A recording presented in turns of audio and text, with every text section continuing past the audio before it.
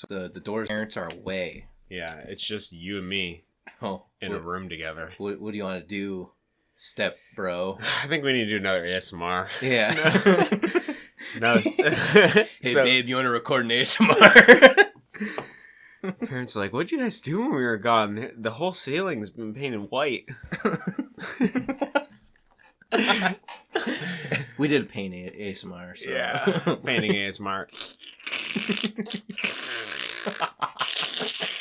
Man, this paint's really wet.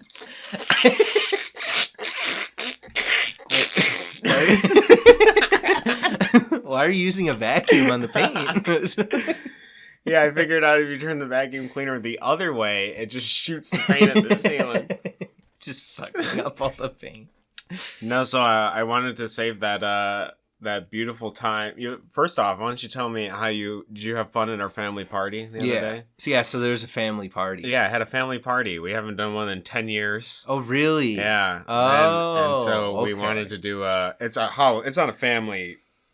I mean, it's not family specific. It's just a Halloween party. But we used to do them years ago when I was growing up. We do it every year. We'd have a giant Halloween party. That's like 200 people. Yeah, and it's been 10 years. My parents are still complaining about their backs the same way that they were 10 years ago when we were setting up. No, but it turned out pretty good. We do the hay rides and everything. It was pretty entertaining. Yep. And this time I was able to do tarot readings. I was able to change people's perception for a glimpse of time. I know I got one. Yeah. And my perception forever changed. Yeah, it's you're different. You woke up different. Yeah. Wow. No, but I wanted to tell you the one of the last ladies of the night, one of our neighbors, I don't know if she came to the party pre-drunk or she got drunk. At first I thought she was just being involved. Yeah. I thought maybe she just really liked the tarot reading. and then she was like, wow, this is like really, works for me or something. But then I slowly was clued into the fact that she was just gone. Yeah. She was just so gone, drunk and falling over herself basically. But it turned out really funny because I had flipped one of the cards, and the first card was, I did a 3-card reading, and the first card was power, and her eyes lit up. She's like, oh my god, this is what I struggle with every day of my life. It's power. Trying to have power. And then she's talking about how she's like, she looks at me straight in the eyes and she's like, I'm a really empowered woman. I'm like, okay. I was like, that's cool. So power is something you do. She's like, I have to deal with so many men in my business. I'm like, okay, oh no, this is like one of these ladies. Oh no.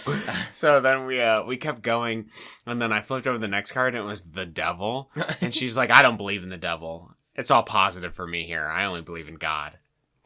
Like, okay. Yeah. And then I forget the last one. I think it was like a queen of disc or something like that, or whatever. It's some strong woman card basically. And I was like, okay, well, like what do you see when you see like the devil or whatever? She's like, well, I don't believe in the devil, it's all positive for me, everything's positive. I was like, okay, well, why don't we think of the devil in a different context? Like, devil could be like instinct, it could be nature or something like that. She's like, no, I don't believe it. And I was like, okay, let's consider it from this perspective. Okay, in life, there is positive and there's negative. Let's have the devil represent the negative. Maybe there's an aspect of that here. I was like, when you struggle with power, is there something that you struggle with? Like, do you struggle with the negativity? And then she starts to open it up and she's like, okay, well, yeah, actually, like I'm constantly positive for everyone else. Like my role is to basically be like a motivator of everyone else but myself. And so when I'm doing that, I don't acknowledge the negative in my life at all. I completely like shy away from it. So I don't do anything for myself.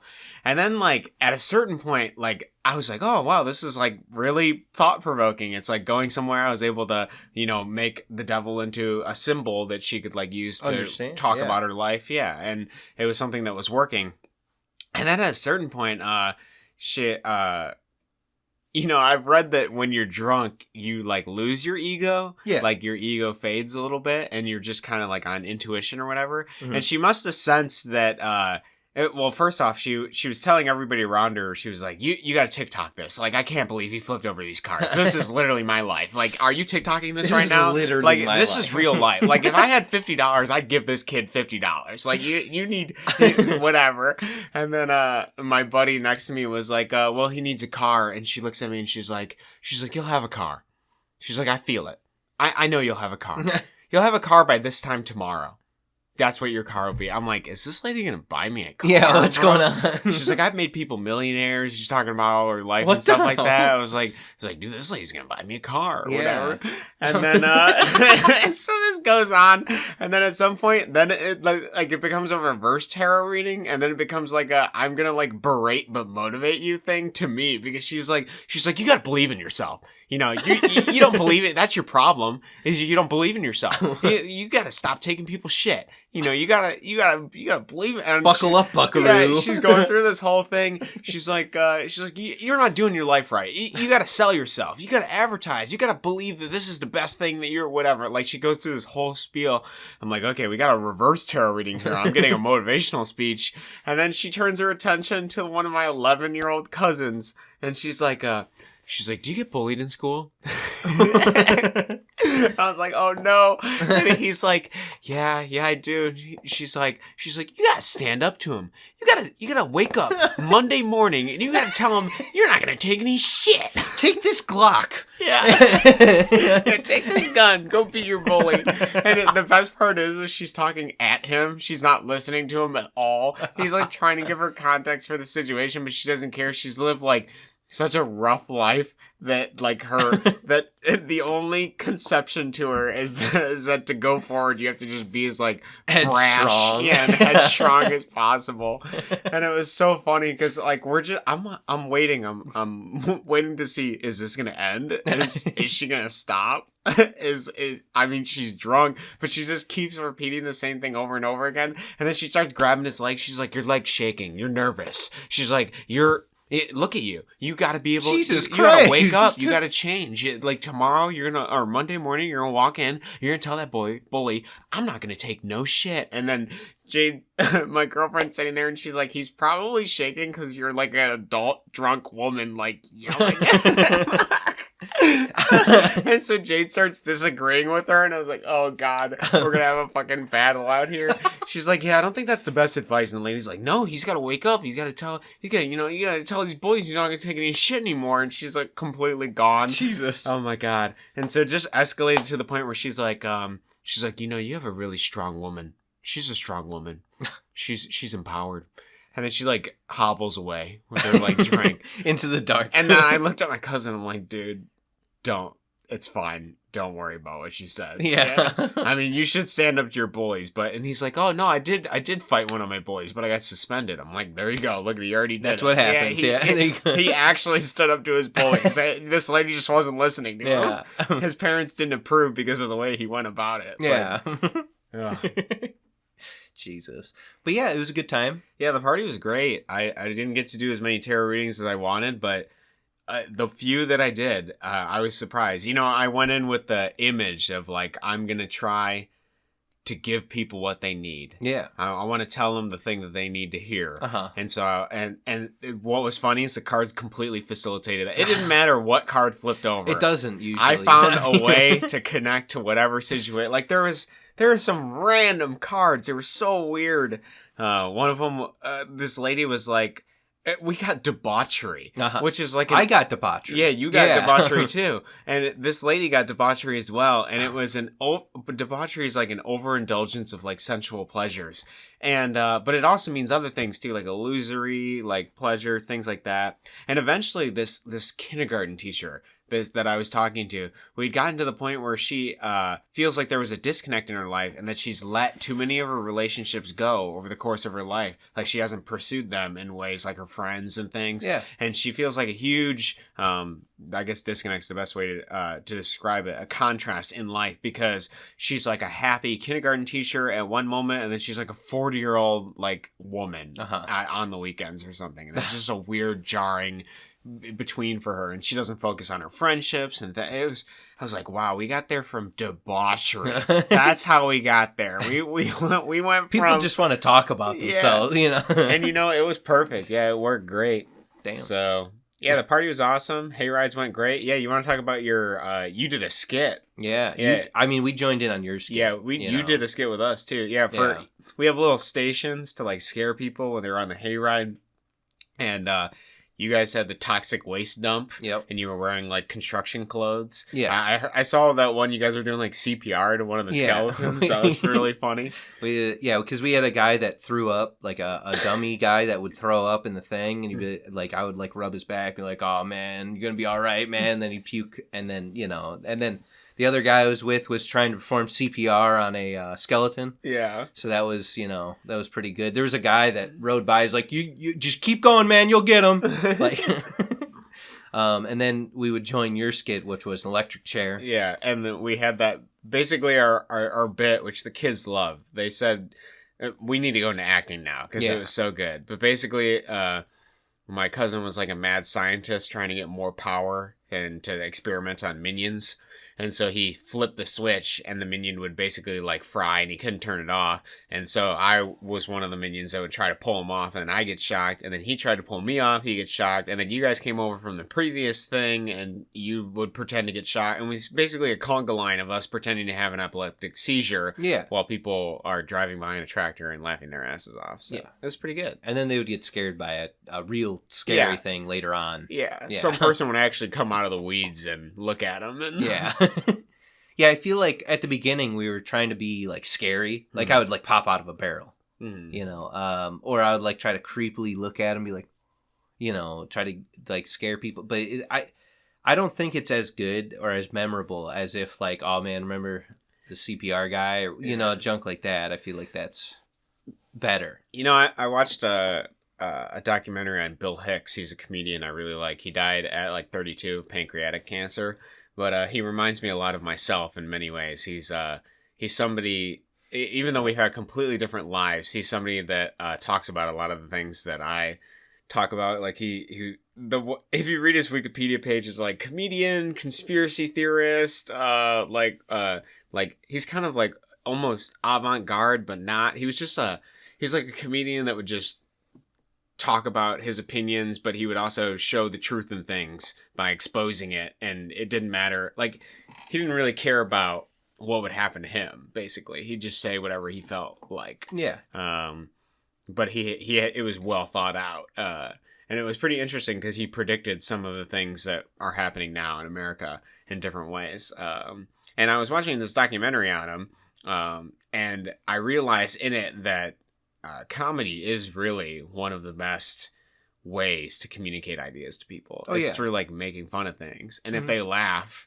at it and there's like humor to be found in how absurd it is, then that sort of gives way to understanding. So. Well, I think too, you get someone will have like a joke about something, and like if it's something that's like controversial and people laugh at it, they also see the same thing that you're seeing, right? But you're like bringing it to light in like a way to show, hey, we're all in this or something together, right? So, he talked a lot about he died in 1994, so a lot of his stuff was he was actually somebody that got censored on David Letterman's show, I believe it was. His like final act that he did before like he died of cancer. They completely censored it because it was too edgy, I guess, for them. And it was really funny because the jokes weren't that crazy. It was some of the jokes were about like pro-lifers. He was like, why do all pro-lifers look like this? And he'd do like cross eyes.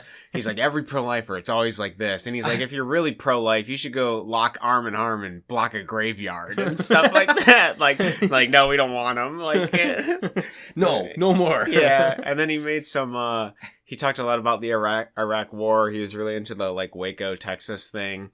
He has some great bits about like JFK and stuff like that. He's like, I went to the William Oz. What is? I can't remember. Not William Osman. That's no. The Yeah, YouTuber. it's not. That's the YouTuber. What's the guy his name? who shot. Yeah. What's his name? I don't remember. Yeah, William Osman, the egg drop YouTube video. Yeah, there guy. you go. The guy that can't handle criticism. No. Yeah. No. Yeah, that guy who shot JFK. He's like, oh, I went to the Booth. Something Booth. Wilkes Booth. That's Lincoln. God damn it. I think that's Lincoln. Yeah, I think it is Lincoln. Different president. Yeah. Anyways, Lee Harvey Oswald. There we go. I'm not stupid, I promise. Yeah, I knew it was Oz something. With the flintlock pistol at 200 yards. Yeah. He was like, I went to the William Osmond. No, I'm fucking with you. He's like, I went to the Lee Harvey Oswald Museum, and the best part is that it was real. You realize when you get in that there's no fucking way he could have shot JFK from that window. And just stuff like that. Or even for the Iraq War, he's like, I don't like to call it the Iraq War, because a war is when two armies fight each other. And it's just, some of his jokes are great. And he's like, do we have any non-smokers in the audience? And they're like, the people would be like, yeah. And he's like, you pretentious fuck. Like, yeah. You think you're better than the rest of us. Honestly, he's such a good comedian. He wasn't that popular in America because most of his stuff was like America, like pointing out the problems in America. Yeah. But he actually got really famous in Europe because of how much he made fun of America and Americans and things like that. So it's pretty cool. But I recognize that, there's a great opportunity at open mic night to just go start talking about stuff. So maybe we'll do that soon. Maybe we'll just do a podcast on an open mic night. There you go. And if we fail, if our podcast is just horrible, then it'll be great. Yeah. Then we'll know. We'll like get up and be like, so, anybody ever try to withdraw any gold? Got a good skit about that one, but nobody? I love the idea of like referencing inside jokes for a podcast that no one's heard about, just on stage. We get up on stage. Any Roving Slant fans out there? Yeah. All right. Oh yeah, no, we're really big in Ohio right now, so. Yeah. Thank you. Oh, hey, Ohio viewers. Yeah. Or viewer, whoever you are. Yeah, somebody really likes us in Ohio, and we thank you. Yeah, specifically Cleveland, according to the thing I looked at. So. Yeah. Hello. We're not going to shill for Cleveland, though. No. It's a terrible place. Yeah. I mean, let's. There's a lot of broken lamps in Cleveland. A lot of broken bedside lamps. Yes, that is where. Yeah, if you guys remember, episode 3? 9. Was it 3? I don't know. Oh, was that like over in the other? I think so. It was a long time ago. Yeah, it might have been like 4. Yeah, who knows? Yeah, God, we can't make it referential. I just had to. It was a bit of me that was like, dude, remember? Yeah, remember Cleveland? Yeah, what other topics do we got? All right, so like we talked about like the mushrooms. Oh, that's right. Yeah, you went on your trip, time. Bro. Yeah, I'm talking about myself the whole time. Exactly. Come on. So here we go. All right, ready for this, dude? Yeah, give it to me. All right, so I took them. I was playing. Tell me how much. 1.5 grams. Okay. Sitting there at my desk, playing video games. Okay. And then like eventually I'm like, I think the drugs are starting. I'm gonna go ahead and I put on some vinyl, and then I put on fractals on the TV. Wow. So I had my vinyl going, and I was like, this is it. I'm setting myself up for a good time. And so I'm sitting there, and I'm like, man, I feel really social. So I call my cousin, start talking to him. And like we're talking about stuff, and I'm like, the music's on, the fractals are on. I'm like, oh yeah, cool. And then my wife gets home. She comes and sees me, and like just before that, I'm like, oh hey, I just saw like a thing that normally wouldn't bend. I think it's starting, guys. And then my wife sits down, and then that's kind of the peak. That was pretty much it. From there, it just kind of went down. I was very emotional for the rest of the night, so I think that was something. Yeah, it was like uncovering that for you, maybe. I don't know. I was watching. We watched. What's the Ghibli movie that has like the good food that like Spirited Away? Yeah, that's the one where parents turn to pig. Yeah. Spirit. Yeah, so we watched Spirited Away. That was nice. I mean, like realistically, I think because they were older, they didn't work very well. It's either that or my stomach just is impenetrable. Yeah, I don't know. There's like that thing where, you know how like when you give animals drugs, you have to give it according to their body weight or something? Do you think maybe you needed more because of like...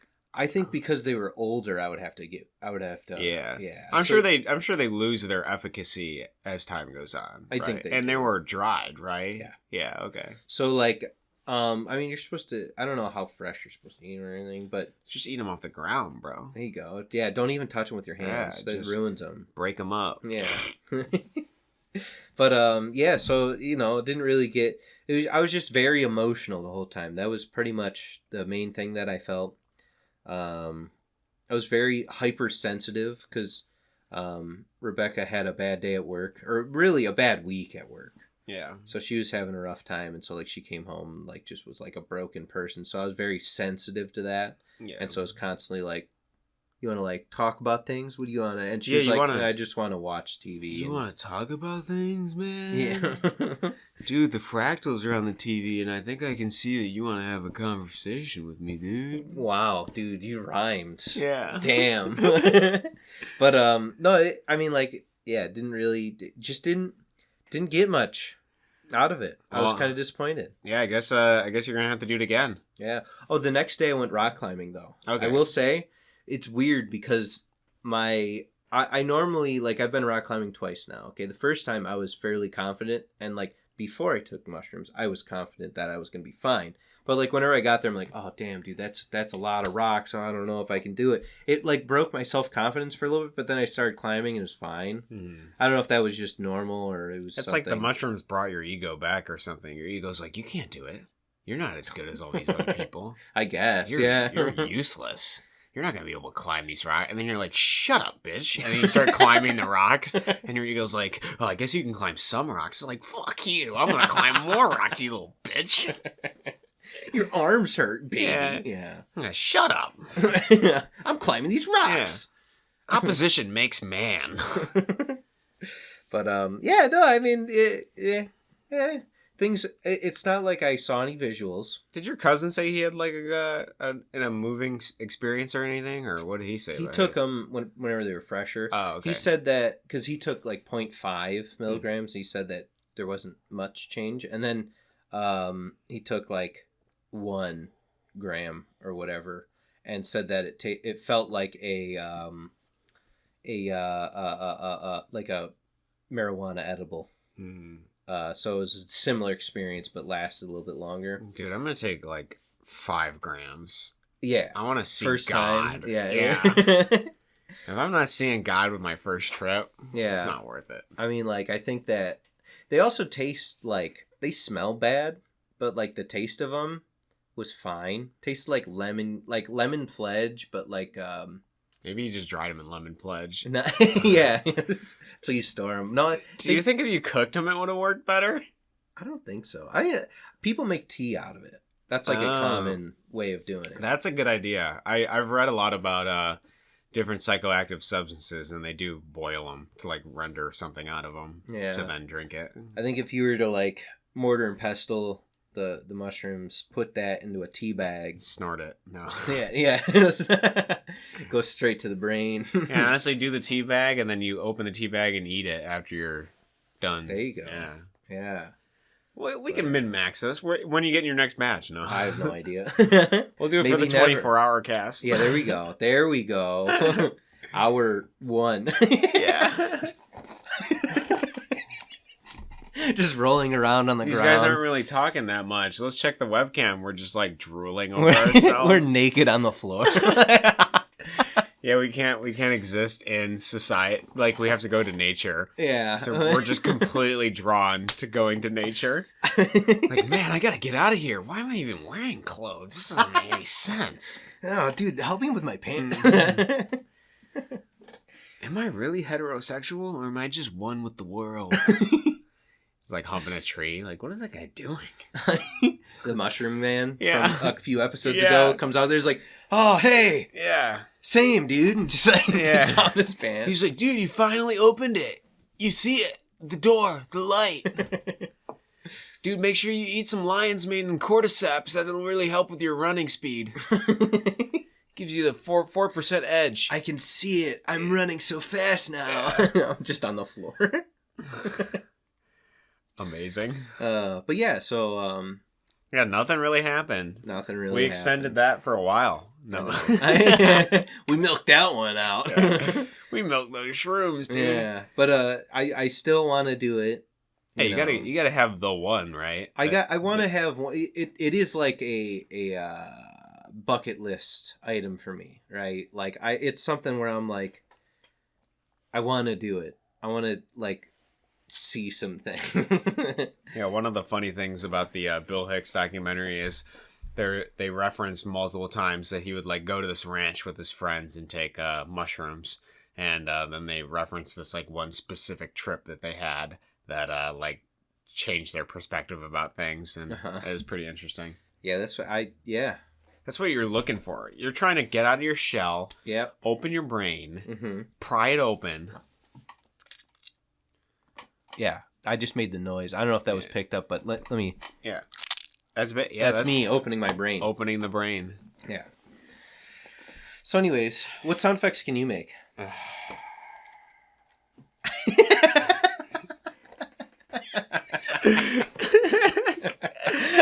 That's our new podcast. Yeah. We're just sitting there like, yeah. Oh, like, yeah, just us pretending we have a soundboard, like we did in that other. I'm gonna come. Yeah, oh God, Matt. It's the reference episode. We made it, dude. We got to come up with something else. What else happened in your life? Tell me. What else happened? All right, my wife was sick yesterday. Oh, did she come down with something? Well, she had like her stomach was like really bad. Did you give her the Chinese acupuncture? Yeah. No. So she was like home all day, so I took care of her. We went apple pick. Oh, let me tell you, apple picking. We went to a local cider mill. Yeah, we're doing that tomorrow. Yeah. So we went. I mean, like, yeah, we went to one. Went to go pick some apples, and they don't have apple trees. You just have to pick them out of a bin, which was weird. But we went and got donuts and cider, and like the donuts were warm and fresh, so it was like the best. You're telling me they don't have apple trees? At the apple place that we went to, yes. They just picked all the apples? I think they picked all the apples so you don't have to pick the apples. I think they have... What the fuck is the point? I know. So, but anyways, we picked them out of a bin. Useless. At least we have the apples, I guess. Who knows? But it should be called apple pickup, not apple picking. Bullshit. I want my experience, bro. I want to struggle, climb the trees. They're trying to rob that from me. You ever pick an apple? It's not. It's not. Yeah, I mean, it is a struggle. How am I supposed to connect with nature and God himself if I'm not actually physically... They could have just grew those in a lab, for all I know. You know what? They probably did. Somebody could have had apple chickens instead of from the trees. You know how there's Jonagolds? It's got John's DNA. So, I mean, you know. What a waste. Yeah. So we went and did that, apple picking, right? Apple pickupping, yeah, I got you. Yeah, apple pickupping. We went to, so I wanted to talk about how I'm not social. That's what I want to talk about. Oh, okay, yeah, let's talk about it. 2 weekends ago, okay? Went to, like, Rebecca had, like, one of her work friends was in a play, right? And so, like, we were like, Rebecca's like, I'll go, let's go see her. And so we went and saw her. She did great. The play was, oh, God. You can tell me if it's bad. She's not going to hear this podcast. No. Okay. She did a really good part, right?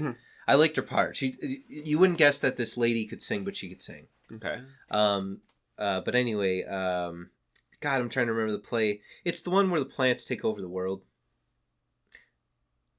Little Shop of Horrors. That's it. Got it. So, all right. So we're watching Little Shop of Horrors, and like I'm sitting there, and I'm like, it's all right. I'm not a big fan of plays or musicals, so I'm like, I need subtitles. So yeah, exactly. We watched that, and then afterwards, like a bunch of her work friends are there, and they're like, let's go to a bar and get a few drinks. Okay, so we go to a bar, get a few drinks. We have a few drinks, and then we walk home. Or not walk. We walk back to the car, drive home, and like the next day, I just have to take like the whole day to recover. Not even from the alcohol. I'm not hungover or anything. I didn't have that much to drink.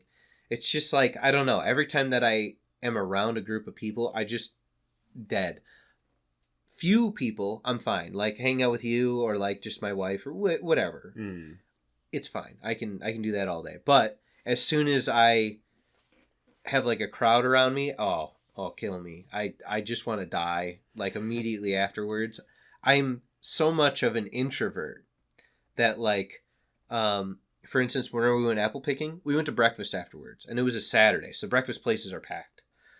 We're sitting down, and like there's 2 tables close to us, and even after like just the apple picking and that, I was like, I need to lay down and like just give up on society and life for like a couple hours. You know, I've always pinned you not as like an introverted person at all. So Rebecca calls me an omnivert because I come off not introverted.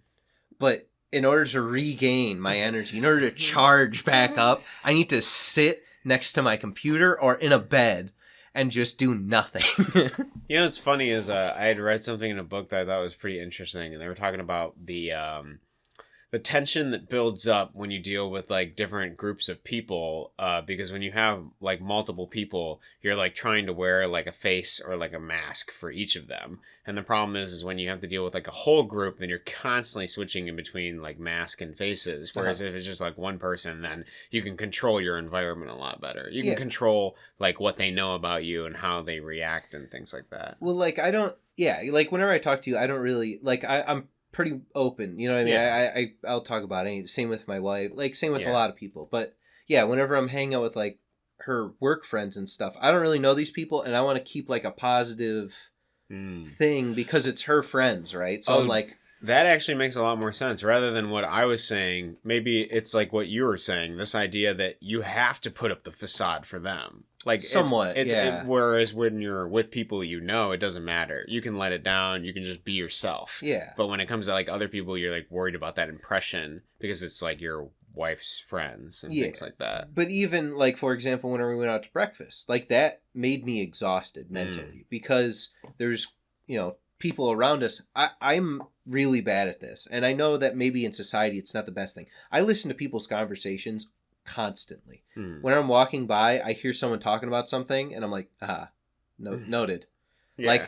Like if I was a video game character or that person was a video game character, on their HUD it'll be like, Sam will remember that. Like as I walk by. You'll put a face to it and it encodes in your memory. So like while we were sitting at breakfast, there's these people from like New Jersey next to us, and I was hearing their conversation. Like, this is like a soap opera what they're talking about. They're like talking about like Mikey not like doing the tow truck business anymore, and like it sucks that he wasn't. I'm like, what the hell is going on? You butt in, you're like, dude, I really think Mikey needs to find himself somewhere else. Maybe the tow business isn't for him. Exactly. You know? Yeah, maybe he just doesn't want to tow anymore. It's pretty labor intensive. I mean, there could be. Who knows? Pull out your tarot deck. How do you feel about when you look at this card? What do you? But yeah, so that's me being an introvert. I feel as though, and it happens almost every weekend that like we go out or whatever, that I just afterwards just want to like shut down, return to Windows, whatever, you know. Maybe you need to find scenarios and things that you can do with your wife that are less overwhelming and have less people in them. We do. Like movies, that's fine. I don't have to focus because it's just a movie, right? Yeah. Do you guys go on walks at all or anything like that? Yeah, but I mean, like, that's not really I don't know. For us, it's not really like a date thing, or you know what I mean? I like going out to dinner and like sitting down at like a quiet-ish restaurant. Mm-hmm. Where like I can't hear anyone else. That's perfect. Mm-hmm. Not because of loudness, but even if it's loud enough to where I can't make out anybody's conversation, it's fine.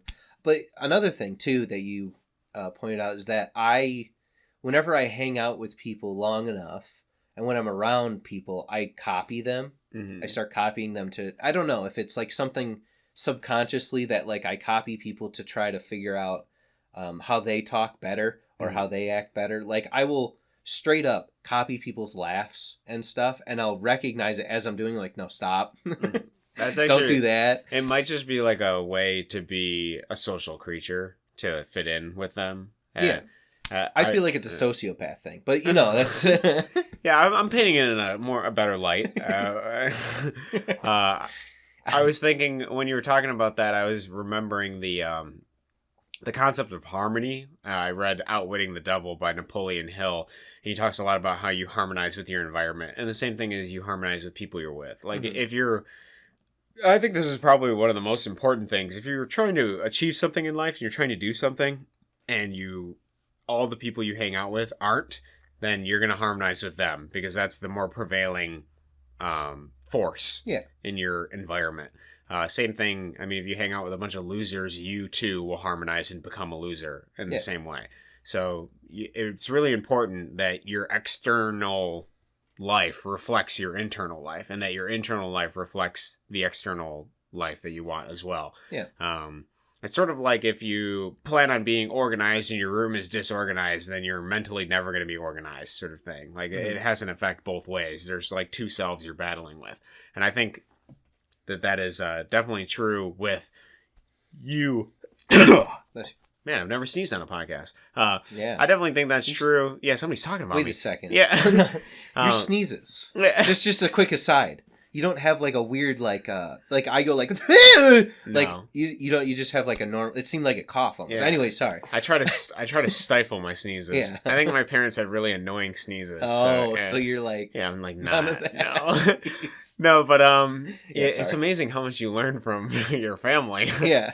But no, I definitely think it comes to one of those things where if you're in a group of people, you harmonize with them because you're trying. There is just like a displacement, and the world generally seeks balance, basically. Yeah.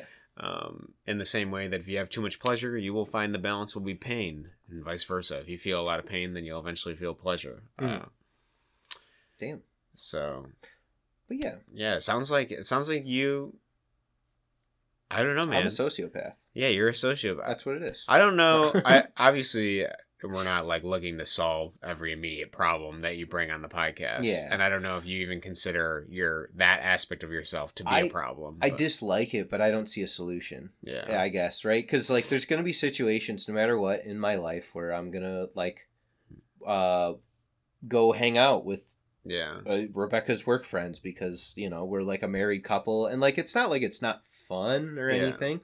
I have a good time while I'm there. It's just afterwards I feel like I have this immense burnout and I get cranky. I don't blame you. I mean, the idea of not being able to be yourself and having to be somebody that you're not in that moment probably is just a ton of tension.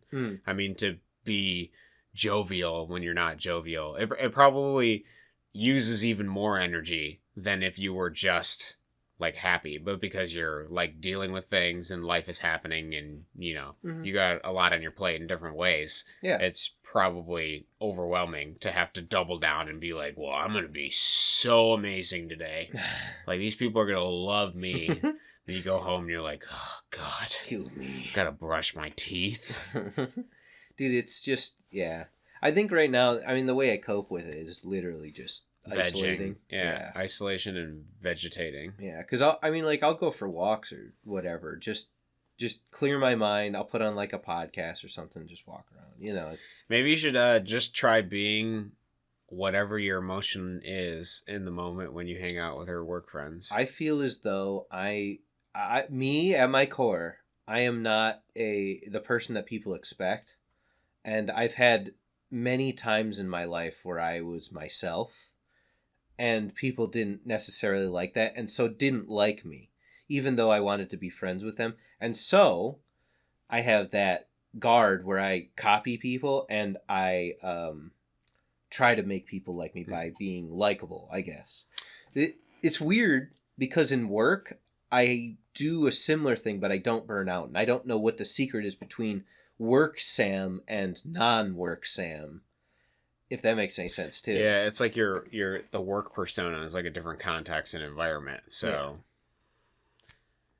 honestly, that's something worth pursuing. That's pretty interesting. I feel similarly in different. I don't find myself hanging out with large groups of people that often now. Yeah. But even when I do, I tell them like, I mean, we've talked about my failures just straight up, and that makes it so much more liberating to be like we were in this group of college friends or whatever, and we were talking, and honestly all of it just felt so fake for so long, and then Jade like motioned me, and I was like, yeah, let's talk about it. I was like, I want to tell you guys, like, I cheated on my girlfriend like 2 years ago, like, let's bring it out. I mean, there's the elephant in the room. You guys don't know about it, but I want to talk about like why I'm a failure in these aspects. Like, I was searching for answers, and I thought the answer was in some sort of other person, and it wasn't. Yeah. And I learned from my mistakes, and whatever. But that opened up the medium to like, dude, I don't have to be like a fake person to these people. Like Mhm. they're either gonna like me or not, and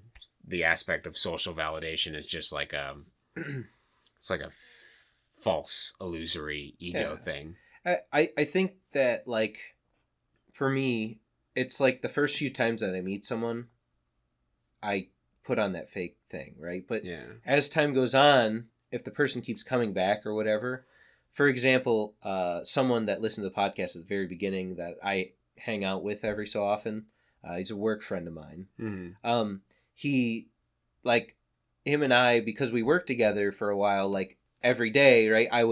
I essentially get edgier and edgier every day until we get to like the point where I'm like, will you break if I go this far? And then once they don't, I'm like, me and you are friends. So now I can be open with that person completely. And it's like, you know, and I feel like I do that for pretty much every person that's in my life. And so I think it just takes time for me to like, I guess, vet them or something. Yeah, maybe you should try going at it from the perspective of just being your authentic self and not waiting. I mean, you know, what is the...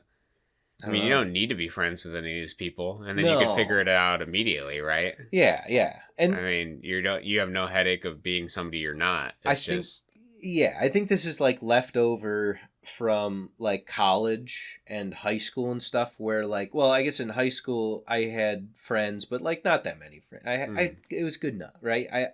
I was happy with who I was and stuff. And then after high school, wasn't happy with who I was and I was like, man, I have zero ability to make new friends other than friends of friends. So that's whenever I started like developing that, I guess, because that's whenever I started noticing that I would get burnt out after going to the recreation hall at the after playing Smash Bros in the cafeteria for like 4 hours. I would be like burnt out after that. Like, Jesus, why?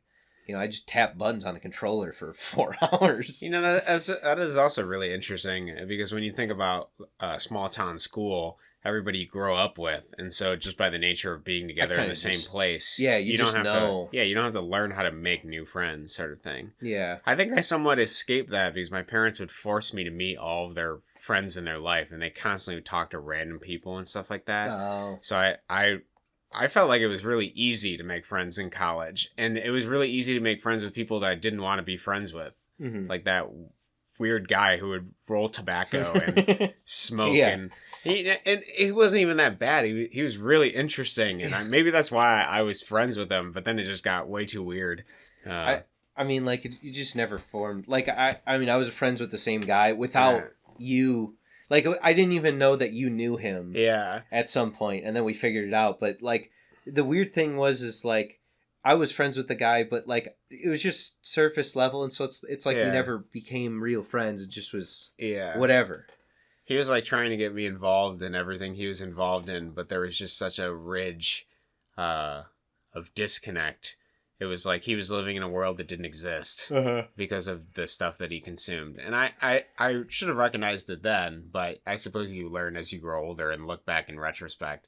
But I went through the same thing where I was like extremely political from one very narrow perspective. Yeah. And while it helps to know things about different perspectives, it's not the reality of it. Yeah. I mean, the reality of the situation is that you are what you think. And so when the only thing you consume is like this one particular echo chamber, then that's all you are. That's all you can conceptually think about because your mental awareness isn't expanded enough to be able to comprehend both sides. Yeah. Like we're all binded in some way by like an emotional reaction to things.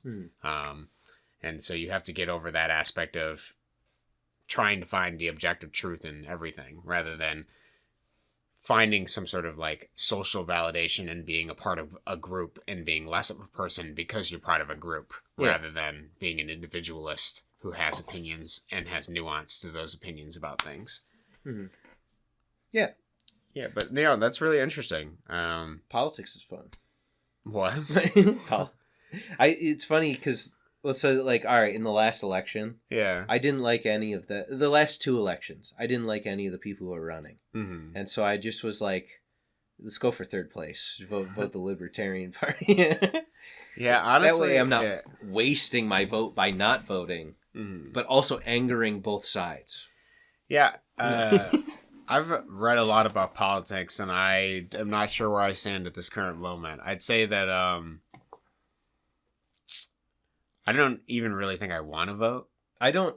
Yeah, but then people get angry because you don't vote. But then when you do vote, they're like, "You didn't vote for my side, you idiot! Yeah. I hate you." Yeah, it is like a lose-lose. Yeah, and then it also is. I was reading about our winner takes all system, and I watched a couple videos on it, which was pretty interesting. People brought up some compelling points that I wasn't aware of before, and one of them was that when you have multiple candidates for different sides, the problem is it fractures the votes because, you all have to rally together to vote for one person that's under this specific party. Otherwise, you're like losing a potential amount of voters and that's actually really interesting. I almost wish the system was like, okay, whatever group, whether it's like liberals, conservatives, or the other ones, Green Party and whatever, Liberalist Party, whatever one gets the most votes, then they do like a final elimination round just between those guys, and then you'd vote on that. Like, that seems like it. I don't know. I'm sure that's not the immediate solution, and I don't think it'll change anytime soon. No, I don't think so. I think there's too much money and stuff tied up in people it. in power keep power. That's how it. And it's not that I think my vote is worthless, but I think that I can just do other things to affect the world in a different way. I think that my vote's worthless, but once again, I don't even believe in the Libertarian Party. I go at it, I'm like, that's cool. Here you go. Like, I like some of the stuff that's happening, but then other times I'm just like, why do these people care about this? I don't know. The whole political thing. I mean, like, there's like certain points where I could rally behind it. I could get there, but then it just turns into like fear mongering, and it's a nightmare. My issue is that I'm too open, I guess, because I'll like hear something about some kind of side of something, right? And I'm like, oh wow, that makes a lot of sense. I might vote that way. And then I'll hear something from another side and be like, oh, so okay, well, I see where that side's coming from, and this side. Damn, they're both a little bit right all the time. Yeah. What? And so then, it makes it hard to actually. It's really interesting. We're dealing with not to turn this into a political podcast, but it is kind of interesting. We're dealing with that Supreme Court overturning the abortion thing, and in our state they're voting on whether or not they want abortions, basically. And so there's a lot for either side. There's a lot of interesting. Either you believe in the freedom of choice and that sort of thing, or there's the other side that and there's nuance to both sides. I mean, right? Like, you should have control over your body. But then there's also like the scientific argument of like, okay, well, your baby isn't like, your DNA, but you do. I mean, it's half of your DNA, and then there's also like an aspect of like, okay, well, there's the responsibility of like, you were the person that like had sex to have the child. And then there's also the other side of it. Well, like, we need abortions because, if there's unwanted children in the world, then they're basically just going to become criminals, because if their parents don't want to raise them, their parents don't like them, they don't love them, and they're forced to have them, then that's just going to create more people in the world that don't contribute to crime problems, mental whatever problems. I mean, we've seen the effects of not having two parents in a relationship for what it affects the children's growth. So I don't know, there's like. And then I also like Jordan Peterson's argument, to bring JP into this. JP, JP, our close friend, Daddy JP. He points out the interesting like idea of like, well, it's not really a problem of abortions, more so it's the problem of like, well, why are people having abortions? And I agree. Like, why are people not focusing on family? Like, why is there that? And then there's also an aspect of me that's like, should sex just be treated like this commodity? Like, it was something that was. Rape babies. Yeah. No. And then there's that too. Yeah. So I mean, you can keep going back and forth forever, because I do the same thing, right? You can, and then like, I don't even listen to Jordan Peterson, but I'm sure if I heard that argument, like, oh, okay, that's interesting to think about. Wow, I didn't think about that side maybe we need to of that aspect of it. Like the cause. This is just a symptom of the problem, basically. And then you drive by and you see these signs, and they don't give you any information about any of the nuance. Yeah. Like, one of the signs that I saw the other day was like, Proposal 3, extreme, confusing. Yeah. And I'm like, too extreme, confusing. And like that, what's confusing about it. And then I know that through the sign, they don't have a lot of space. Mm-hmm. I know they can't say a lot in that sign. Yeah. But all they're trying to do is get me to associate those two words with that proposal when I see it. And they're trying to make me subconsciously, like, be skeptical, but they're not actually giving me, like, the resources Substance to be, to be skeptical about it. It's just... And then it's the same thing for both sides. It's like fear mongering on women could die. And it is true. There's cases of that, but I don't know, man. It's wacky. There's so many opinions and it's difficult.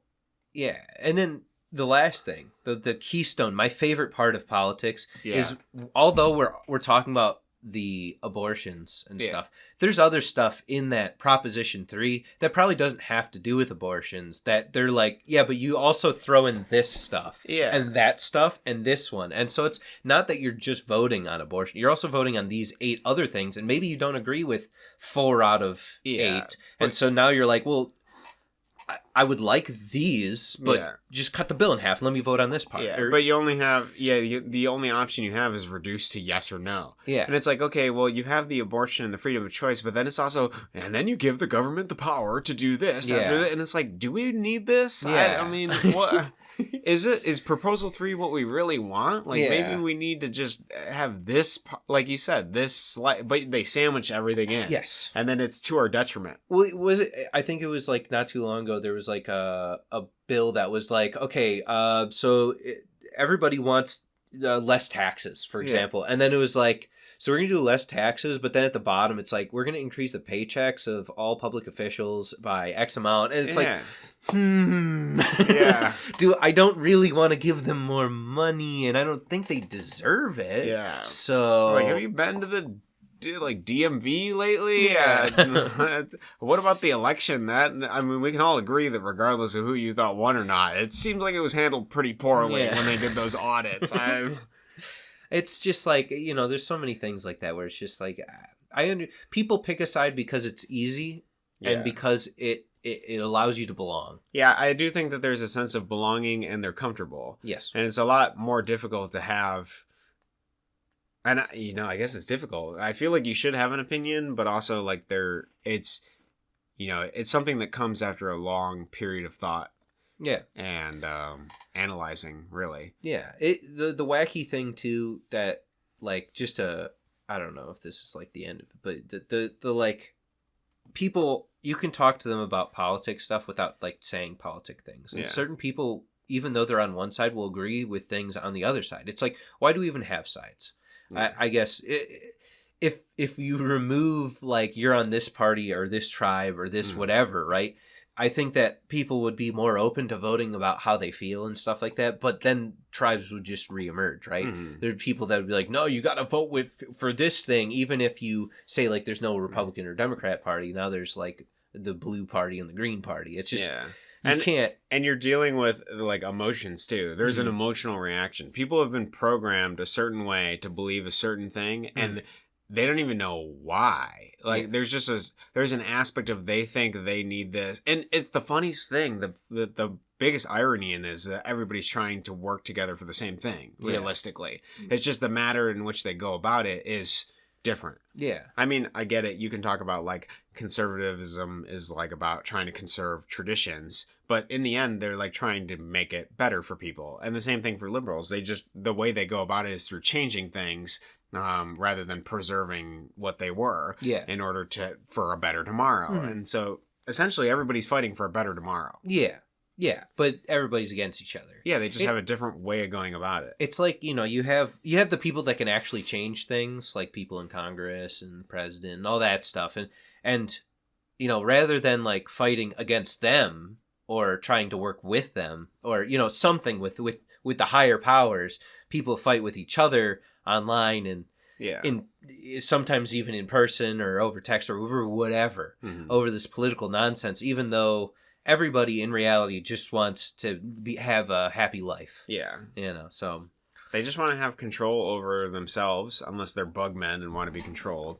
Yeah. And then, but maybe there is a lot of people in today's society that can't really survive on their own. Maybe that's what it is. Maybe there's just maybe people would rather be part of a group and it's easier just to follow something than, I mean. Well, if you think about it this way, if following a group meant that you had a nice home, a food to eat at the end of the day, and recreational activities to do where you could be satisfied and live a happy life, why not follow that group, right? I mean, like, you're okay, you're doing fine, right? As a human, you're going to be able to make offspring, dude, and succeed. You reminded me of something actually amazing. So after watching that, so we're talking about the concept of like following a group and putting food on the table and things like that, and your whole identity becomes whatever the group is. You preach the group, right? I was looking up articles because I was trying to find things from like Bill Hicks, a comedian, and I was trying to see, because I felt like this intimate connection after watching that documentary, even though I've known about him for a long time, because some of the stuff that I'm reading follows in the stuff that he's saying, and it's starting to click with me in a really significant way. And so I was trying to find more of his like writing and words and things like that, and I came across this, I'm going to call it like a modern article, and it was, I think it was like Washington Post or something like that.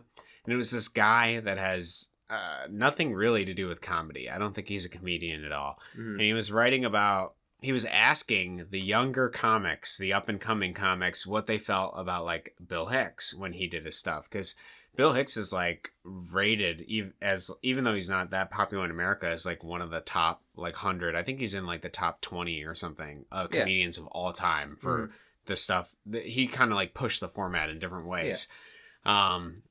He's an A tier. Yeah, he's S tier, bro. Oh, okay. Yeah, he's high up there. Yeah, he's one of those people that he really said it like it was and talked about topics that other comedians are so afraid of even covering for fear of everything. And so you have this guy, this like man who rode a flaming chariot into the war of comedy to change it into something better. And then there's this Washington Post, like, weak soy boy writing an article from the perspective of, like, the younger generation. And they're like, their reaction to his comedy is like, well, after watching it, it's kind of just like, you know, it's a product of its time. That's what it is. It's...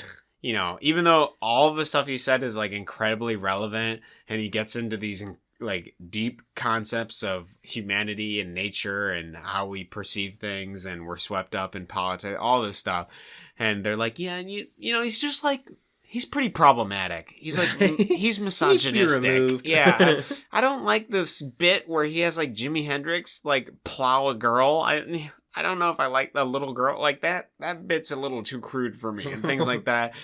And then they were, the way the article writer, the author of the article writes about this woman who's responding, they're like, she's the most amazing, upstanding, up and coming, hottest new comic. Like, wow. And I was like, oh my God, like, let's see how hot she has a very strong opinion about Bill Hicks, somebody who pushed the format. Let's see what her comedy is like. Like, I gotta sit down and watch it. And dude, I'll show you it after this fucking podcast. It is so bad. It is everything we're talking about. The like, you follow a group, you put food on the table. She's like, she plays into her whole identity and everything about her. She has no personality. This aspect of herself is just that she's a lesbian that looks like a man. She's essentially a dyke. That's what it is. Okay. Her whole personality, her whole life revolves around this ideology of she is an oppressed lesbian that looks like a man. And all her bits revolve around this concept. Like, they revolve around lesbianism. It's so funny because it's so devoid of, like, the humanity that somebody like Bill Hicks could reach. Like a guy who suffered from like alcohol and like drug addiction and like nicotine, all this stuff, and who like went through all that, overcame it to like finally like lessen the ego to a point where he could actually communicate with people about things that he was passionate about, and to use comedy as like a form of talking about those things to bring it to the public as like a more objective news source, basically. You have this guy, this person that like thundered across the scene and died at 32 from fucking pancreatic cancer. And then in the other side of the ring is this like fat gumpy, like unattractive woman who is playing into the stereotypical like identity that isn't even a person. It's so devoid of humanity. It's like a shell, a husk of like any possible, like there's no opinions. It's just everybody has agreed that this is how it should be and you are this. And in it she's like, and some of the jokes are like, oh yeah, I went to the bar and I'm a really big fan of soccer, but like guys, you know, they don't think women can know as much about soccer as they do, but because I'm a woman. And it's just like, oh my fucking god. And then she's like, two things happen. Like, if a guy thinks I'm a guy, they'll walk by me this way. They'll be like, oops, sorry, bro, and they'll give me distance. But then, you know, if a guy thinks I'm a girl, then they'll walk by and they'll squeeze my butt. And I'm sitting there, I'm like, oh my god. Like, dude, this is so insufferable. Like, a lot of people say that lesbians, you know, we move too quick. You know, they joke that the first date is us moving in. But, you know, my girlfriend and I didn't move in that quick. And it's just, like, stuff about, like, eating pussy. Like, I'm one of the guys, bro. I just love pussy. I don't know. It's like, holy shit, I'm gonna kill myself. And all the videos have, like, only a couple thousand views, but she's been on, like, famous shows for people to like, listen to her comedy. I'm just like, this is so fucking insufferable. Jesus. I hate this. I hate listening to this woman talk about any of this because it's so dead and void of it's fucking horrible. It's disgusting. And it's not even because she made fun of Bill Hicks or she didn't like his stuff. Like, I don't care about that. I'm not like a proselytizer for Bill Hicks. It's just, you're literally nothing. Like, every aspect of yourself is nothing. All you do is you're a reflection of everything around you. You don't have any opinions. You don't have any perspective. I'm not even sure you've read a book in your life. I think you just started getting up on stage and you liked the attention and you just started reflecting everything you saw in the world, and that's all you are. Mm-hmm. You're just everyone else you've ever met. And that's what it is. There's nothing genuine or essential or divine. You're not reaching into yourself and finding the like self-expression of reality. Yeah. You're just nothing. You're fucking nothing. You're so useless. I hate these fucking people. They're like zombie people. They walk among me. It's so insufferable. I don't even know how to explain it. It makes me so angry that these people are so fucking pretentious about this shit because they're horrible. It's like, dude, stand up, look in the mirror, and realize you're fucking worthless. Like, that's what you need to do. You need to fucking take that ego and just fucking punch it, break it, destroy it. Recognize that in life you know absolutely fucking nothing. And if you can do that, then you can open yourself up to the potential that you may be able to be something at some point in your life. Like, for the love of God, listen to these people. I don't care if it's problematic or misogynistic. In every person, there's something that you can learn. You just have to believe that. And if you believe it, then you can wake up and you can start to see things. Yeah. You'll start to realize, like, man, maybe I am just a husk of a person. Maybe I'm just a megaphone for every other thing that I feel like I should be. Yeah. Maybe I'm just emotionally reacting to every situation and I've been a slave to circumstance my whole fucking life. And that's how my perspective's been shaped. Nightmare. It's like literally a nightmare. And maybe I hate this because I was as egotistical as this. Yeah. Maybe I suffered from the same thing and that's the problem. Actually, that is the problem. I've been egotistical my whole life. You were there. I believed I had every fucking answer. And you know what? Now I realize I do not. And the best part is that with every book I read, the less I know. That's the fun. There's so much enjoyment in life now. Because every book I read, no matter what fucking perspective it is, it's just, I know less. Yeah. I know so much less. And you would think you get smarter. But no, You see it now. Yeah. Yeah. I see, like, whenever you said, like you look at people and you see that they see things in a different way, I'm like, yeah. That was like how I started thinking more, was like, I just thought about how other people are thinking about things the same way that, like, they could think the same way that I think, but they're not, right? It would be easy for me to say that they're thinking about the same way that I think about things. So, you know, but now, I don't know. It's just realizing that is probably the first big step that you need. Yeah. And there is so much power in your ability to choose who you are. And I do think then in a way I've been trapped with that my whole life, thinking that I have to be whatever the voice is in my head. Because at the end of the day, we can't change what our circumstances are, but we can, if life is 10% what happens to you, 90% how you react. That's what it is. I mean, sure, there are things that happen to you, but you can choose how you feel about those situations. You can choose how you react to them. You can choose. And I'm recognizing that every obstacle in life is within yourself. In this idea of the only obstacles in life are out of ignorance. If you learn, you can solve every problem. It doesn't matter what it is. It's just that you're ignorant, and that's why. Yeah. If the problem is within yourself. If you learn enough about things and you dispel the darkness that eludes you for this particular problem, you can solve anything. Yeah. And so your goal in life should be to overcome those obstacles through understanding and expanding your awareness. Yeah. At least that's what I'm rolling with this week. I'll tell you how I feel next week. Maybe I'll read a different book, have a different perspective. I don't know. I'm a little bit of everyone I've ever met. There you go. I'm a lesbian. I love women. Yep. I'm a big fan. A lot of people say lesbians move too fast. I don't think I move too fast. I put a ring on my girlfriend the moment I met her. It wasn't on accident either. I got on one knee. The ring was to dilate her vagina. Yeah. I'm a big fan. I love women. I'm a little bit of every woman I've ever met. And Twitter. Big fan of Twitter. Big fan. It only has 3% of the people on it, but it feels like everyone. It feels like the echo chamber I belong to. Yeah, you know what? The best thing about Twitter is I love the way that the algorithm knows me. It knows I want to rage. It knows I engage when I rage. It knows I engage when I rage, when I feel the emotions that I feel, when I read the things that I dislike to see, but I engage with them because that's what they make money on. Exactly. They make money on data mining me. Learning more about the human race. I can't wait to upload myself into the metaverse. I love the fact that I can upload every aspect of my life to something that no one cares about. Yeah. At all. Literally 3% of people. Probably less. Excellent. Worthless. So anyway, yeah, that was cool. Insufferable comedians. Do you wanna go into the new segment we got? Yeah, let's do it. Video game talk. This is the new video segment. Game talk. Yeah, I just wanted to talk about a story. Gooming. Yeah.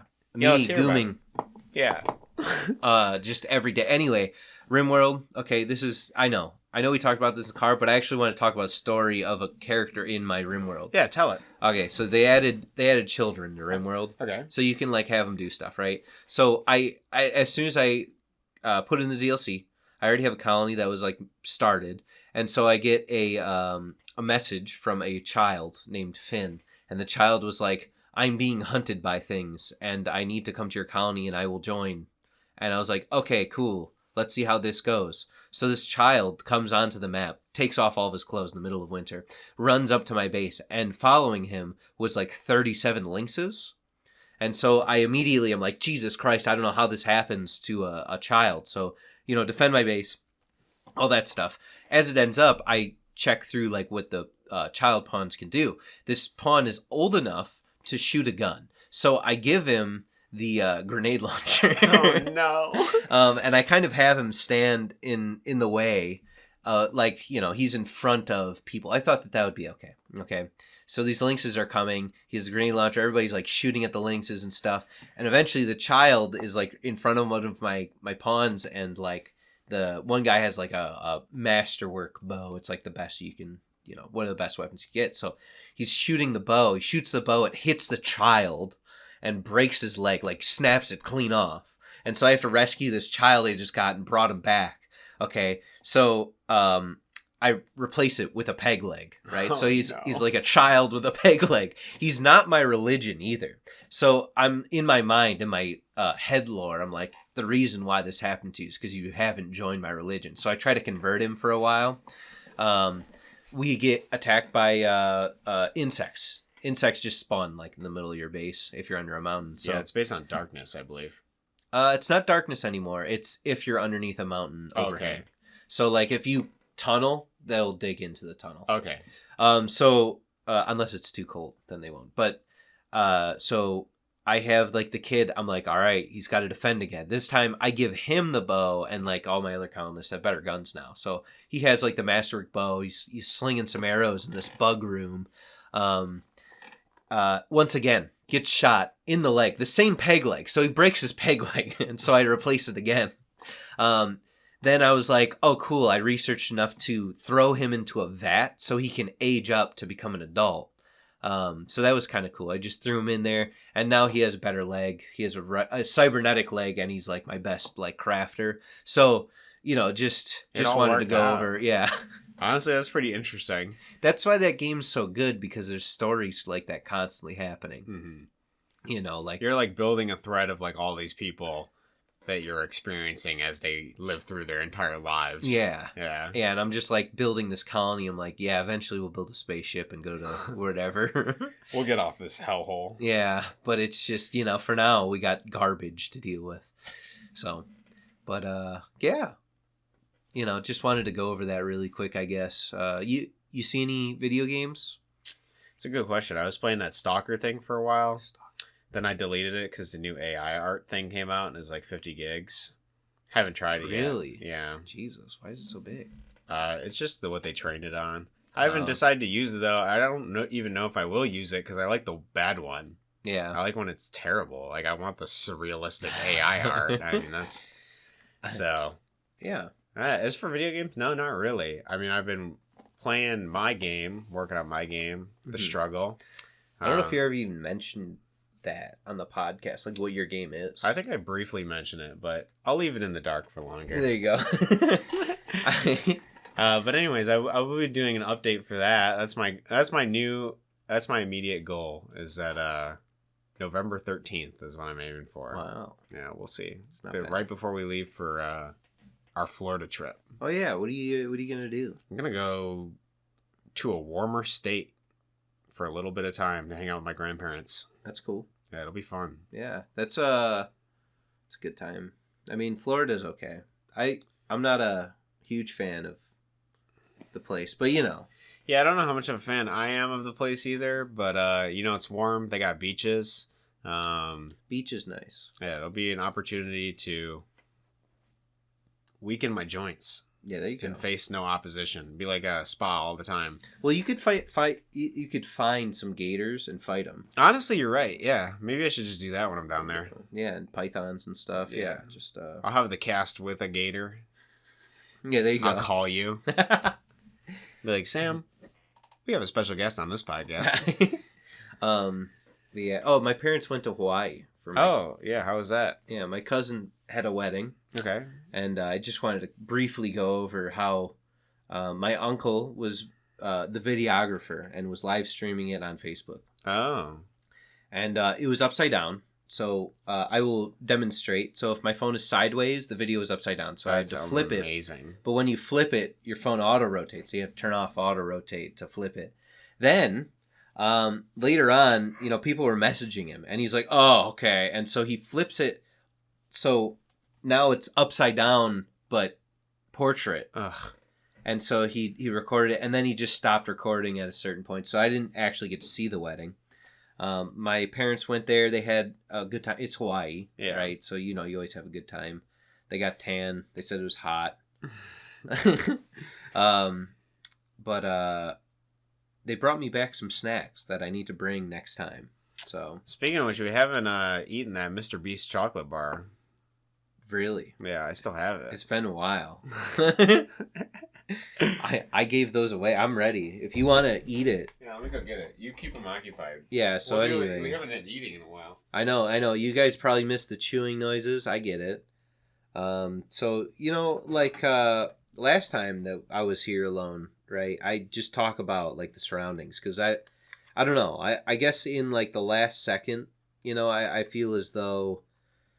I don't know. I guess I feel like I don't have anything to talk about, but clearly I do, because we do this podcast fairly often. A long time ago. No. I did. It's okay. Actually, what was really funny? The concept I was thinking about is that if people join this podcast just for our eating reviews, and then we stopped them at that one point, and they just left the podcast because we're not eating anymore. Damn it, they didn't even... So you can hear the kind of quality. Yeah, that's of a this candy packaging. bar. Yeah. I mean, like... Oh, yeah. Yeah, open it. Oh, my God. Why are we recording this? I got a golden ticket. Oh, my God. You're going to the Mr. Beast factory. It smells like chocolate. Yeah. I mean, do you want to smell it? No, I want you to smell it. Oh, wow. Yeah. I mean, I've had my fair share of Mr. Beast bars. Oh, have you? Yeah, I've had a few, actually. I love that. Okay, so for those of you that don't know, it's kind of got a wavy PewDiePie pattern on there from his chair, and the bottom part of it says devour, and then there's a small segment of it that's been that's the sharing segment. Yeah. A very tiny amount. So do you want... Yeah, here, hand me the... Yeah, there we go. That'll work. All right, so let's try it. This only has, 4 ingredients, I think? Yeah, it's like sugar, cocoa, is there even milk? Yeah, there's chocolate liqueur, cane sugar, original cocoa butter, and sunflower... I don't know how to say that. Lecithin? Lecithin? Yeah. All right, let's see. That sounds good.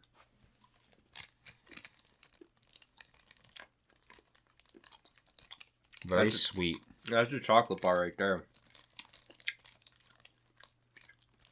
And it's like... This is the milk chocolate one, right? Yeah, so like... I'm sure the dark chocolate one, they probably don't even have milk in it. It's very sweet. It's almost fruity. Yeah. It might be the chocolate liqueur. It's probably... I mean, like... It is a plant, so like... So it tastes flowery. Not flour as in baking, but as in, roses. But yeah, it has like a flowery cocoa taste. It's pretty good. I had the quinoa one before. It has quinoa. So it's like a crunch bar, except rather than garbage, you have quinoa as the crunchy bits. That's pretty good. So. Yeah, honestly. Not bad. Not bad, Mr. Beast. Yeah. It even advertises only 4 ingredients on the cover. Yeah. That's why I was interested. Oh, damn it. You just reminded me. We have fudge at my house. It's good, but it's like the cancer of it's the bane of my existence. Because it sits on the counter because you can't put it on the fridge and you don't want to forget about it in the pantry. And it only lasts like 2 weeks. So you got to eat the fudge at some point. Otherwise it just goes to waste. And like it's very heavy, thick, delicious, chocolatey goodness. But like every time I eat them, like I'm gonna die soon.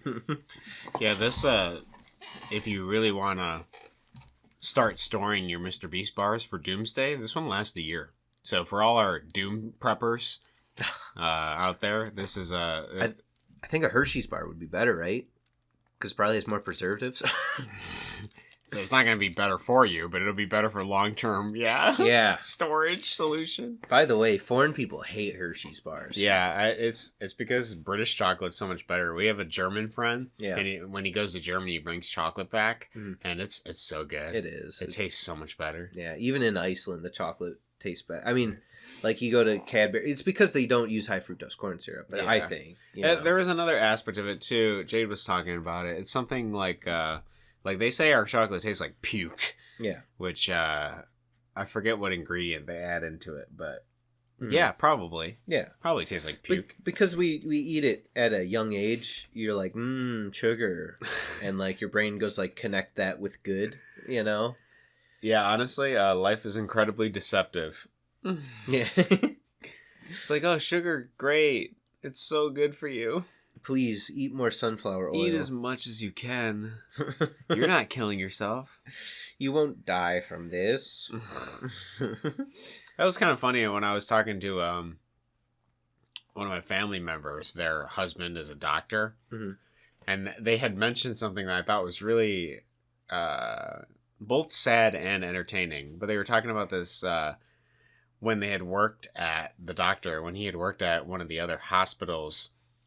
He was getting sick of having to tell the patients like what they should do to change their life to like be better, to not have these problems, and then see them like every 3 months basically. Yeah. Like in the same problem, same stroke, same cardiac problem over and over and over and over and over again. Yeah. I was like, I never thought about that perspective of doctors either. Like, there is that concept we've talked about where they only focus on the symptom and try to reverse the symptom to give you relief rather than focus on the cause. Well, yeah. But even if they do focus on the cause, it's not going to say that... It doesn't mean they can the solve patient, it. Yeah, the patient might not do it. They probably know the solution. Like, right. If you're like, hey, you're obese, lose weight. I don't know, man. Okay, I'll try. And like they leave and then they don't. You know what I mean? Like, oh man, I've been seeing a lot of this fat positivity stuff recently, and I think I'm a big, beautiful man. I don't think that matters anymore. I think being fat is incredibly healthy. Yeah. It's like the doctor's just like, oh my fucking your heart God. Is 2 times the normal size. Here, let me show you. Your veins are straining under so much weight that you could die tomorrow. I'm not even sure. Just by looking at you, I feel like I'm gonna die by osmosis from being in the same room. Osmosis Jones. Yeah. You are the guy in Osmosis Jones. Yeah. Let me talk about what vegetable oil does to your cardiovascular system right now. And the guy's just like, dude, I can't wait to get McDonald's later. So I shouldn't eat a Chicken Shack butter special? You're telling me, and you have the audacity to tell me that I can't sit for 16 hours a day and eat meals that I order on Grubhub? Are you fucking stupid? Speaking of Grubhub, our first sponsor on the show. We finally got here. Do you want to order food out and not get the contentment or reap any of the benefit of actually making food yourself? Probably healthier food for yourself at home? Well, you can spend overpriced just for the extra money of paying somebody to literally come kill you by delivering the food that kills you. And you can split it up into 20 easy pay. Actually, we have a contract system now. It only accrues 2% interest after 10 months. Let me tell you, you can pay off this meal for 9 months at 40 cents. Yeah. We're getting a ton of subsidies from people that make bug protein as well for the low cost of adding a bug protein bar and Just Egg. Just introducing Just Egg. Yeah. Imagine if that's our first sponsor, Just Egg, and we have to eat it on camera. Would you do that? I don't know, man. That's our first sponsor. Is it worth the money? No. Do you know? All right. I hate shilling products that are bad for people. I also, Raid Shadow Legends. That's why we do streams of gambling. Yeah. Yeah, because it's not bad for anyone. They make the choice. Honestly, if you're going to stream gambling, at least it's you losing. Yeah. I mean, you're showing the reality of, like, I suck. No, this is all random. They usually rig it so you win. Yeah, I know. Yeah. But... Well, so, do you know what would be a really good first sponsor, though? Marlboro cigarettes. Yeah, we smoke a cigarette on cast. Yeah. Oh, my God. Wow, that's smooth. Or coughing. Smooth. Yeah, more. Yeah. Smooth as a marble. I feel like the Marlboro man. I smoke cowboy killers. Yeah. Like, dude, I think I need a pair of boots after this one. Yeehaw. Yeehaw. God, but too bad they can't advertise anymore. I really feel bad for tobacco companies. Honestly, I do too. I feel like there probably is a more nuanced opinion about tobacco use that isn't as bad for you. I think that what's bad for you is that they put rat poison in it. Yeah. I think that, like, you know, the people that roll their own cigarettes, I mean, if you're going to smoke, that seems like a good way of doing it. I've also read opinions from people online, so take it with a grain of salt, that say that like chewing organic tobacco is better than like burning it, because when you burn it, it releases something. Yeah, I don't remember what it is. Well, anytime you burn anything, you get garbage. Yeah. The carcinogen. Whatever. Assuming that it has, I mean, bringing things to a high temperature does have a chemical reaction to them, so I believe, maybe it is something about carcinogens, but... I mean, it's either you ruin your teeth, right, or you ruin your lungs. Yeah. If you're gonna do that. Or you put on nicotine patches, get away with it scot-free. Yeah. Because it's the future. I do have those tobacco plant seeds that I gotta plant. I know. I'm gonna get green tobacco poisoning because if you touch them, you get the nicotine in your body. So I gotta either You're gonna be addicted. You're gonna be rolling around in them. Yeah, I'm gonna be like, oh, I'm gonna start the podcast. Let me just rub the plant. Wired. Yeah. No, honestly, dude, I feel like. I wonder what the process. I think we went over this. I was like, to make like a cigar wrap, right? Yeah. They use a tobacco leaf. I wonder what the. It's pretty easy. When I was looking it up, you just let the tobacco plant like go to a certain point, and then it gets like yellow or like slightly brownish, and then you cut off leaves and you dry them, hang dry or some other method, press them, something, and then yeah, you just roll it up.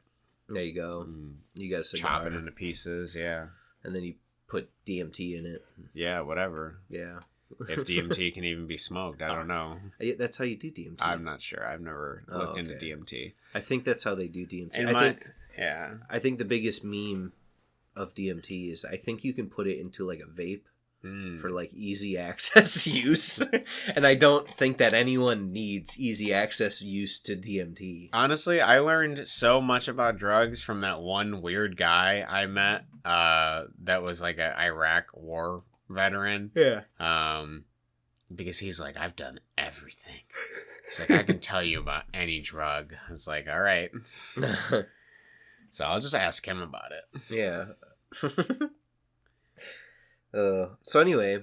Anyways, you want to do DMT? I don't know. I haven't read enough about it yet. I'll look it up. I brought a vape pen. Oh, yeah. You have the vape pen? Yeah, bro, you want to hit this? That's the one with the little elves, right? Yeah. I want to meet God's little elves. The machine elves, yeah. That's what it is. Santa's little helpers. That's where they came. Santa's actually God. The Simpsons, Santa's little helper, is a dog. I'm starting to make the connections. Tesla. Spotted lanternfly. Cataclysmic events. The volcanoes are erupting. Yeah, speaking of which, I read an article, just last thing. I read an article that was like, the world is ending. 40 volcanoes are currently erupting around the Ring of Fire at this moment. More than any volcanoes in history. Like, I don't feel it. Yeah, I don't see that. And they said that there was volcano like earthquakes and stuff here. Yeah. In this place. I was like, what are you talking about? Dude, where? You really are. I'd love to see one. You really are what you think. Yeah. If you believe this is happening, it's happening to you. Yeah. Fucking get on the ground and start shaking, okay? Because I'm going to wake up tomorrow after sleeping on the cement floor, stretch my fucking strained neck, and do the same shit I did every day, but a little bit differently. Because that's how we evolve. Spice it up just enough. But anyway, yeah, anyways, I got, I'm a lesbian, so I got some lesbians to get back to. Oh, yeah, You know, they say lesbians move too fast, but I'm fat, so I don't move that fast.